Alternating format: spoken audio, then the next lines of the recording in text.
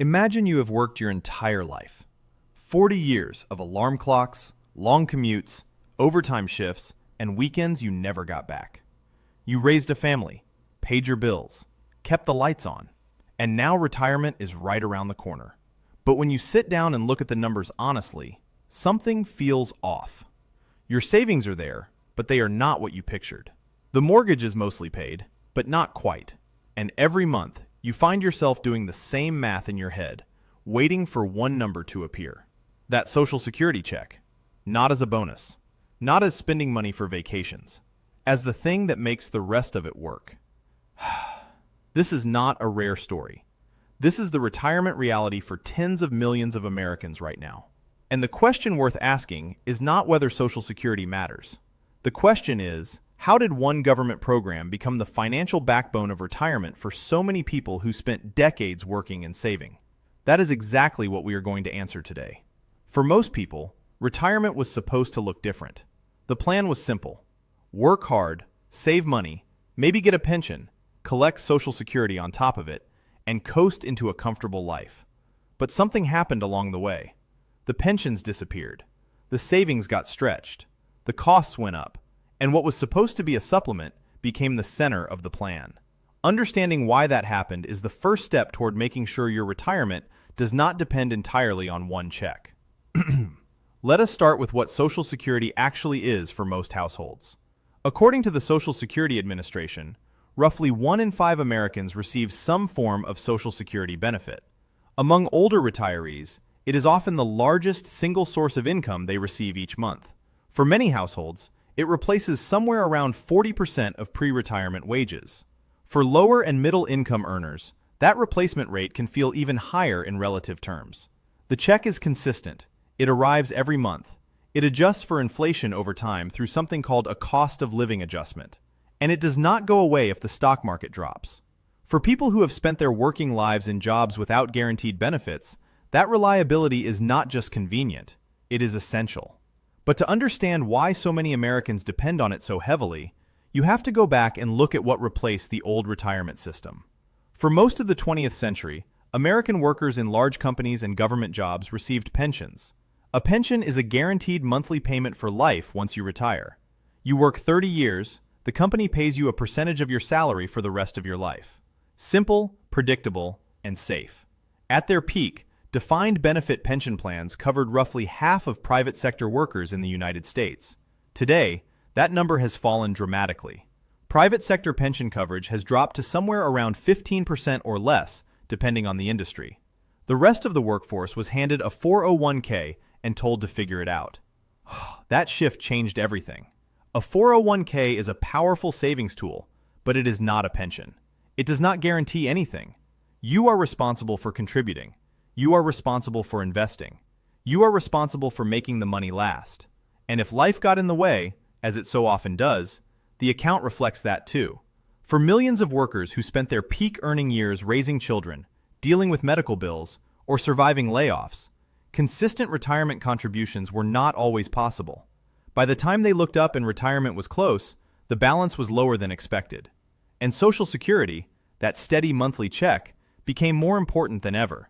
This brings us to the savings reality that most people do not like to talk about. The average American household nearing retirement age often has far less saved than financial guidelines suggest. Research from multiple sources consistently shows that many households in their late 50s and early 60s have retirement savings in the low six figures or even less. When you consider that a comfortable retirement might last 20 or 25 years, those numbers create a gap. Not a catastrophic gap for everyone, but enough of a gap that Social Security stops being optional and starts being necessary. There is also the quiet math problem that catches people off guard. Even households that feel comfortable on paper run the numbers and realize their savings alone may not cover everything. A couple with $300,000 saved might look at that balance and feel okay, but when they factor in healthcare costs, housing expenses, and basic living costs stretched over 2 decades, that number starts to shrink faster than expected. Social Security fills in that gap. For many couples, 2 Social Security checks covering 2 retired spouses are the difference between getting by and genuinely struggling. And then there is the factor that almost no one fully accounts for in their 20s, 30s, or even 40s: how long retirement actually lasts. A person who retires at 62 today has a meaningful statistical probability of living into their mid-80s or beyond. That is potentially 25 years of retirement. Some people will live 30 years. Your money does not just have to cover expenses. It has to cover decades of expenses, including expenses that get more expensive over time. Social Security is one of the only income sources most Americans have that never runs out, no matter how long they live. That feature alone makes it irreplaceable for a large portion of retirees. Healthcare is another reason Social Security has become so central to retirement planning, and it is probably the one that surprises people the most. The costs of medical care in the United States rise faster than general inflation most years. Medicare covers a significant portion of expenses for Americans 65 and older, but it does not cover everything. Premiums, copays, prescription costs, dental care, vision, and long-term care can add up to tens of thousands of dollars annually for retirees. Many experts estimate that a retired couple may need a substantial six-figure sum just to cover healthcare expenses throughout retirement. For households without generous retiree health benefits, Social Security income often flows directly toward covering these medical costs. It is not discretionary spending. It is survival math. Inflation is something people understand in theory, but rarely feel in full until they are on a fixed income. When you are still working, your salary often rises somewhat over time. When you are retired and living on savings withdrawals and Social Security, every price increase hits differently. Groceries cost more, utilities climb, insurance premiums go up. The cost of living adjustments built into Social Security help protect against inflation to a meaningful degree, and that is a feature that most private savings accounts and investment portfolios can mimic, but not perfectly replicate. For retirees watching every dollar, knowing that their Social Security benefit will adjust upward when prices rise is genuinely stabilizing. That peace of mind has real financial value. Market uncertainty is something that feels abstract when retirement is 15 years away, and very concrete when it is 15 months away. Investment portfolios can lose significant value during downturns. A retiree who saw their savings drop 30 or 40% in a market crash and then needed to withdraw money to cover living expenses understands this risk in a way that is deeply personal. Social Security does not fluctuate with the market. It does not drop when stocks fall. It does not require you to sell at the wrong time. For retirees managing the anxiety of living on a portfolio, that guaranteed monthly income becomes a psychological anchor. Many financial planners build retirement income strategies specifically around Social Security as the stable foundation, precisely because it removes some of the fear from the equation. There is another piece of the retirement puzzle that does not get discussed enough, and that is how many Americans enter retirement still carrying debt. Not every retiree arrives with a paid-off home and zero obligations. Many households carry remaining mortgage balances. Some carry car loans. Some carry credit card debt that accumulated during years of raising families or navigating income disruptions. For these households, fixed monthly obligations remain even after the paychecks stop. Social Security covers those obligations.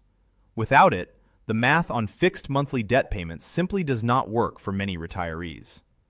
And then there is something that rarely makes it into financial planning conversations, but shapes the savings of millions of American families: the pull of family. Parents who helped pay for college tuition, grandparents who helped with childcare costs, family members who stepped in during someone else's hardship. These are not financial mistakes. They are decisions made out of love and responsibility. But they have consequences for retirement savings. Money that went toward a grandchild's needs or a child's crisis is money that did not compound in a retirement account. Social Security becomes more important for people who gave generously during their working years, and that is a significant portion of the American population. Now here is the honest reality check that this topic deserves. Social Security is remarkable for what it provides, but depending on it alone creates real challenges that should not be minimized. The average monthly Social Security benefit for a retired worker is often somewhere in the range of $1,500 to $1,800 per month, though it varies based on your work history and the age at which you claim. For a couple, two benefits provide more breathing room, but in most parts of the country, living comfortably on Social Security alone is genuinely difficult. Rent or housing costs, food, utilities, transportation, and healthcare can easily exceed what a single Social Security check provides. People who have no other income often face real constraints on how they live. Travel becomes unlikely. Major expenses become stressful. Emergencies become crises. This is not an argument against Social Security. It is an argument for treating it as what it was always designed to be: one important piece of a larger retirement picture. So what can Americans do, especially those who are in their 40s and 50s and feel behind? There are practical moves that genuinely matter, and they are not complicated. One of the most powerful levers available is when you claim Social Security. You can begin claiming as early as 62, but claiming early reduces your monthly benefit permanently. Every year you delay claiming past your full retirement age, up to age 70, your benefit grows meaningfully. For people who are healthy and have other income to bridge the gap, waiting to claim can substantially increase lifetime income. That decision alone can be worth tens of thousands of dollars over a long retirement. Reducing debt before retirement is another move with real impact. Every debt payment you eliminate before you stop working is one less fixed obligation your retirement income has to cover. Even modest progress on mortgage or credit card balances in your final working years changes the math considerably. Increasing savings contributions during your peak earning years, even slightly, compounds in ways that matter by the time you retire. If you are 50 or older, the IRS allows catch-up contributions to retirement accounts that give you the chance to save more than younger workers. Part-time work in early retirement is not failure. It is strategy. Even modest income from flexible work can dramatically slow the rate at which you draw down savings and allow Social Security to stretch further. Controlling your fixed monthly expenses, looking honestly at housing costs, reviewing insurance costs, and building even a small emergency fund creates resilience. Retirement planning is not just about accumulating a number. It is about building a structure that can absorb surprises. There is also an emotional truth worth naming here. Most people who feel behind in retirement savings did not get there through recklessness. Life is expensive. Raising children is expensive.